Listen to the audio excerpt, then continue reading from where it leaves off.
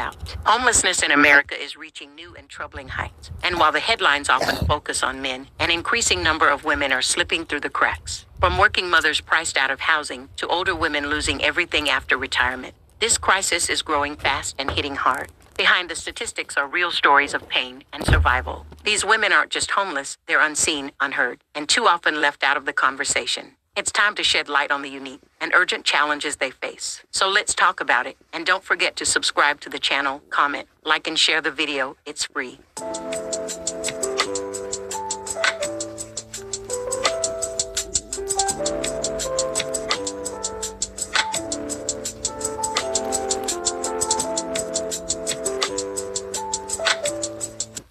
The silent crisis of homelessness among Black women in America is deepening. Once overlooked in policy discussions and media coverage, the growing number of Black women living without stable shelter is now impossible to ignore. Economic instability, driven by layoffs and job losses, is pushing more Black women to the margins, where housing insecurity becomes not just a fear, but a daily reality. The economic fallout, a disproportionate impact. The American job market has seen significant disruption in recent years, from the pandemic to economic downturns, tech sector contraction, and rising automation. While many workers have felt the sting of these changes, Black women have borne a disproportionate burden. According to the U.S. Bureau of Labor Statistics, Black women consistently face higher unemployment rates than white men, white women, or even Black men. This disparity is the result of several compounding factors: occupational segregation, pay inequity, and the prevalence of Black women in low-wage. Hey, Shalom. First off, I want to start off by giving all praises to Yahweh, Bahashem, Yahweh Shai, Bahashem, Rakakwadash. Also want to give a double honors to the apostles and elders of Great Millstone who taught me this word, and the brothers who teach down with sincerity. And also want to give salutations to the elect scattered across the four corners of the earth. And I can't get enough of this, the Black woman's downfall. All right, here in 2025, the Lord, Yahweh Bahashem, Yahweh Shai, is giving a rude awakening to evil Eve, because this is not an attack on Black women, but it is what it is. It's Black women, all right? And I ain't got no problem with attacking the Black women, because the Black woman ain't shit, all right? She walk around here with this demonic attitude. She's the only woman on earth who just blames, not blames, but she's the only woman on earth who said they don't need a man. And you realizing what they going through right now with 106,000 layoffs, and knowing it's probably more by now, and all these women Black women going homeless, Trump attacking the food stamps, the HUD, and all that about to disappear. You hoes is about to be out of luck, and you ought to y'all already trying to run back to Black men. Because I've seen videos of women saying they'll do 50-50 and all that. Y'all trying to run back, and y'all getting desperate, all right? And it ain't going to work. This is all designed by Yahweh Bashem, Yahweh Shai, and this is all going to lead to Isaiah 4:1. And it's also going to lead to a lot of you women's demise, all right? All right, what's the precept I wanted? All right, what's that precept I want? You woman at ease, all right? Rise up.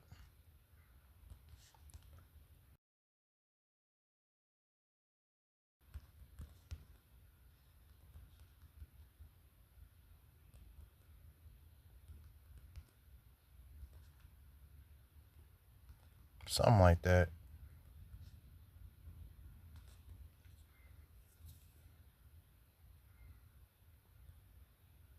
Isaiah 32:9, all right?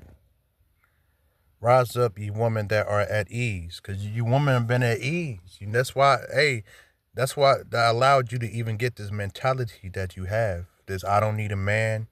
You got at ease. The government take care of you. Everybody handing you everything your whole life. Everybody open up the door for you, telling you everything's okay. Everybody telling you beautiful. The truth is coming out now. You're not so beautiful. Everything's not going to be easy for you, okay? Because most of y'all don't even look good without y'all masks on. That's the eyelashes and makeup and the fake hair. Take that off. Most of y'all look like Scooby-Doo. All right, or gargoyles and stuff. And all of y'all don't look that good, all right? So this is the time that the Lord is dealing with the woman starting from his house, all right? Because it said judgment should start at my house, which is house is Israel, all right? Rise up, ye women that are at ease. Hear my voice, ye careless daughters. Give ear unto my speech. Many days and years shall ye be troubled, ye careless woman, for the vintage shall fail, the gathering shall not come. Timber, ye women that are at ease, be troubled, ye careless one, strip you and make you bare, and grind sackcloth upon your loins. And then, Lord, this is the process of that. The Lord's starting the process, and we just see the processes. Y'all losing your comfortability. Y'all losing your job. Y'all losing your free houses. Y'all losing your free money. All right, and having to turn back to the same man that you belittled for years and years and years. And this is gonna backfire because I want to see y'all fall. I want to see the Lord mess y'all up. All right, because it would just be y'all falling on your own tongue. All right. So let's get back to the video. All right. And this is what y'all get, and don't nobody feel sorry for you nigga womans, okay? I got popcorn and I'm just laughing. I don't see how many of you hoes are so broke when I'm not broke. I work one job and I've made a lot of cuts in my life and made a lot of decisions and cut things I like doing, and I stopped doing them so I can survive and pay my rent and still eat what I want to eat every day. And I still do some things. Like I'm about to buy a PS5, all right? So I'm not so broke. And I don't see how you, because y'all live above y'all means, man. That's why. Then y'all out here having kids, talking about y'all need a man. Now y'all got this house full of kids and y'all need help, and ain't no help there for y'all, and ain't no man running to take care of you and your kids, all right? Y'all wicked woman and y'all wicked ass monster kids, all right? Factors: occupational segregation, pay inequity, and the prevalence of black women in low-wage, unstable jobs, particularly in healthcare, retail, education, and service industries. These sectors were among the hardest hit during the pandemic and remain vulnerable to economic shocks. When layoffs occur, black women are often the first to go and the last to be rehired. The domino effect, from job loss to homelessness. For many black women, losing a job does not just mean the loss of income. It means losing the means to care for children, afford medication, pay rent, and access transportation. In households where one paycheck makes the difference between security and poverty, job loss quickly leads to housing instability. Data from the National Alliance to End Homelessness shows that black individuals make up about 13% of the U.S. population, but over 40% of the homeless population. Among women, black women are overrepresented in the ranks of those experiencing homelessness, and recent economic upheavals have worsened this trend. In cities like Los Angeles, Atlanta, and Washington, D.C., shelters report seeing more single black women and mothers seeking assistance. These women are often college-educated, formerly employed, and new to homelessness. Their stories challenge outdated See, you hear that?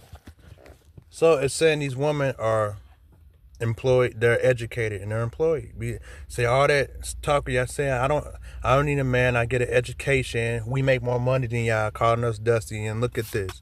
Look at what we come to. It says that 40% of the homelessness starts with black, then it said women's, I think so. But I just keep listening. At the end of the day, it's just the Lord starting judgment with the women of Babylon here.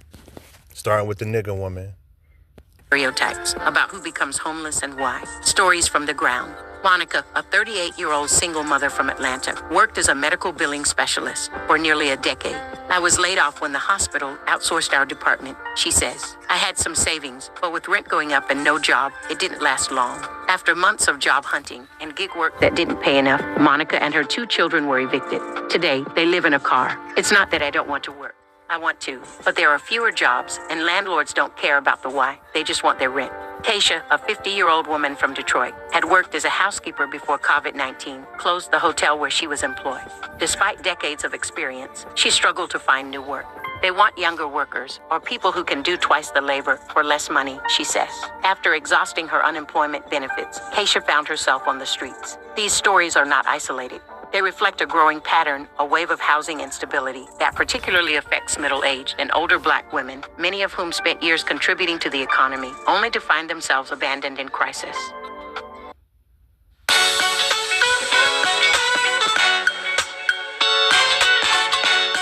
I wish my TV provider let me choose what I pay for. Sling lets you do that. I like the sound of that. Only to find themselves abandoned in crisis. Structural barriers and policy failures. Part of what makes this crisis so persistent is the failure of public policy to address its root causes. Federal housing programs like Section 8 have long waiting lists. Shelters are underfunded and often unsafe. Many Black women also face discrimination in housing and employment markets that further complicate recovery efforts. Moreover, the criminalization of homelessness through ordinances that penalize sleeping in public spaces or loitering adds another layer of trauma and marginalization. Black women, especially those with children, are more likely to avoid shelters out of fear of child welfare intervention. A call for intersectional solutions. To address this crisis, advocates stress the need for an intersectional approach, one that acknowledges how race, gender, and economic class intertwine to create systemic barriers. Some proposed solutions include universal basic income or expanded unemployment benefits tailored to caregivers and low-income earners, affordable housing initiatives that prioritize high-risk populations, including single Black women and mothers, job training and placement programs specifically for displaced workers in vulnerable industries, mental health and trauma-informed care services, integrated into homelessness prevention strategies. Organizations like Black Women's Blueprint and the National Black Women's Justice Institute are also pushing for more inclusive policy frameworks that reflect the lived experiences of Black women, the role of community, and the absence of sufficient government response. Black women are leaning on each other. Mutual aid networks, community pantries, and grassroots organizing have helped many women survive. Church groups and nonprofits are stepping up where public systems fail, offering temporary housing, childcare, and job placement support. Still, these community-driven efforts, while vital, are no substitute for systemic reform. The question now is whether local, state, and federal governments will take bold, compassionate steps to address this growing emergency, or whether they will continue to let Black women fall through the cracks. The rise in homelessness among Black women is not a coincidence. It is the predictable result of structural racism, economic inequality, and inadequate social safety nets. It is a crisis that demands not only awareness, but urgent action. Women are on the front lines of poverty, a growing crisis, the rise of women's homelessness. Homelessness among women is rising at an alarming rate in cities across the United States. Once viewed as a problem primarily impacting men, the face of homelessness is changing. More women, including single mothers and even older women, are finding themselves without stable housing. And in many cases, they're falling through the cracks of a system that was never designed with their specific needs in mind. The economic traps women can't escape.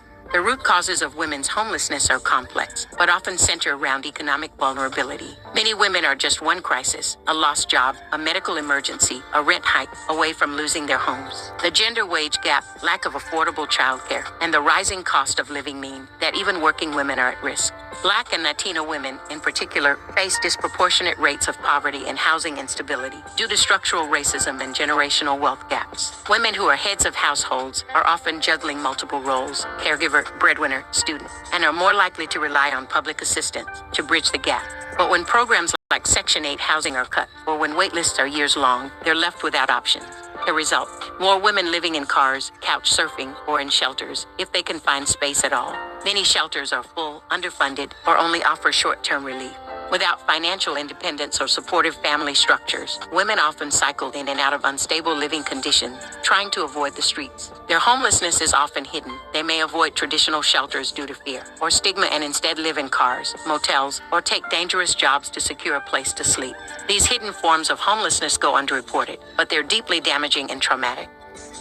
Older women, the silent surge. One of the fastest growing populations among the homeless is older women. Many never expected to end up in this position. After divorces, widowhood, or years of unpaid caregiving, some women find themselves alone with no income, no retirement savings, and no home. These women often do not fit the stereotypical image of homelessness. They're educated, experienced, and hardworking, yet they're living in shelters or sleeping in their cars. Some lost everything in a medical emergency. Others were evicted after rent increases they couldn't afford. They are too young for full Social Security, but too old to easily re-enter the workforce. Without a safety net, they are left vulnerable, physically, emotionally, and financially. Women face unique dangers on the streets. Homelessness is dangerous for everyone, but especially for women. Living without shelter exposes them to physical and sexual violence, exploitation, and severe health risks.